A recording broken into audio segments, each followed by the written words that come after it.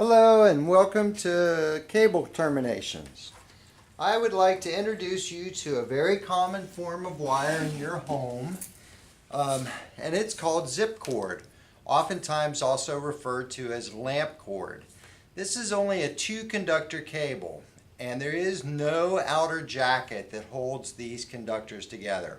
I am sure that you can easily find this on a variety of appliances, your hair dryer, your toaster, toaster oven, it's just all over the place. Okay, so just 2 conductors, no ground, just a neutral and a hot to complete our circuit, and I'm just straightening these out. Now, you might look at it and think that it's all just brown and there's no way to identify the hot from the neutral.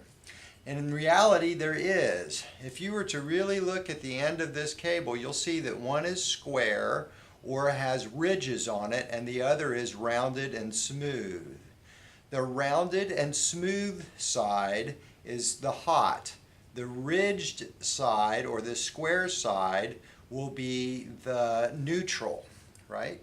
Now, the way that it got its name of zip cord is that if we just take our strippers and put our cutter parallel right there in the middle and make a little slit in between them, you can start to pry that apart. I didn't do so well. I'm going to cut that off and try again.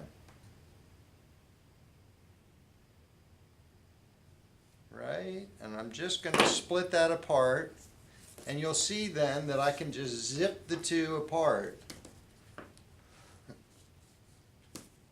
I can just pull and they come right apart from one another. Looks like I exposed a little copper on that one when I first made my cut. So I want to go through and just trim that off. But that's how we just split zip cord apart. Now I'm going to show you how to connect 2 pieces of zip cord. Let's say the cat chews through your computer cord, or the cat chews through, your dog chews through your favorite lamp cord that your Aunt Zelda gave you, and you want to fix it so that it'll work again without having to rewire the whole thing.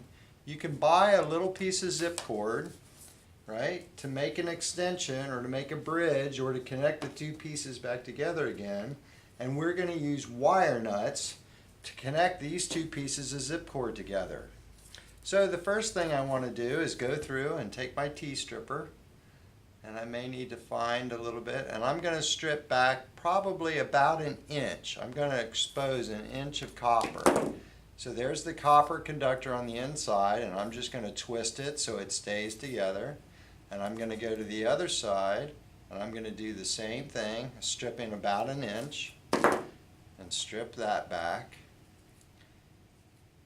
And now let's go to our other piece, and we'll strip back about 1 inch on each side of that. Come on now. And give it a little twist, just so everything stays together. And come to this side. And we'll do the same thing, round about 1 inch. And a little twist right there. Okay, that looks pretty good. Now let's figure out which one is smooth and which one is square again. This one is the square one. I can feel the ridges along its sides, and I can look in the end and I can see it's square. And I look on this one and I can see and feel that this is the square one. So I'm simply going to take these 2 and I'm going to twist them together in a clockwise motion. Clockwise if I were looking in the end of the wire. Right? So I am just twisting them and twisting and twisting and twisting until I've bridged them together. I will go to the other side. The smooth, make sure that smooth is to smooth. Line up the ends and twist and twist and twist and twist, twisting them together. This is a wire nut. If you look up inside of that wire nut, you'll see a little metal insert in there. Some have a metal insert, some are really just plastic. And you take this wire nut and you slide it over the end and you keep twisting, and it will twist that copper right up in there. It'll even start to twist that jacket. You see how it's twisting the wires together? That means it's really getting tight. And that twist will help hold everything together till you wind up with something like that. Now I'll do the other side.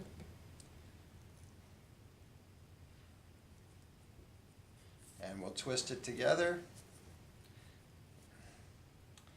Okay.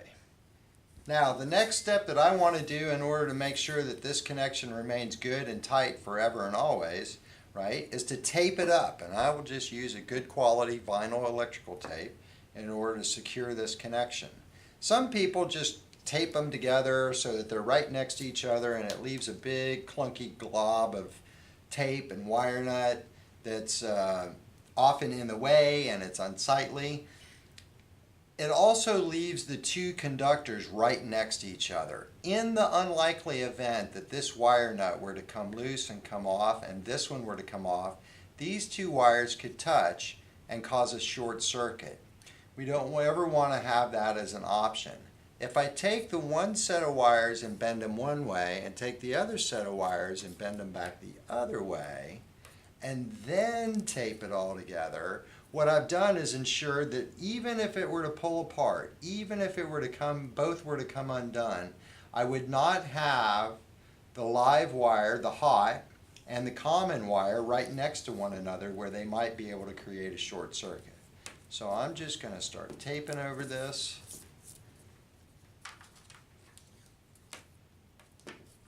I'm using black electrical tape on brown cord. I know that's a fashion faux pas, but it's as close as I have. The brown electrical tape is expensive. And now I'll just keep taping back down and tape over the other conductor. I am not being particularly neat about this. If this were white zip cord, I might use white electrical tape.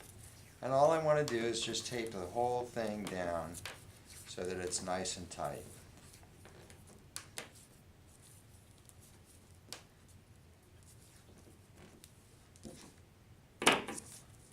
Electrical tape, you can just pull and it'll break, and then you can tape just wrap the end down.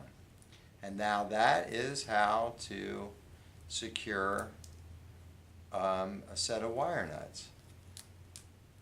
Thanks so much for watching.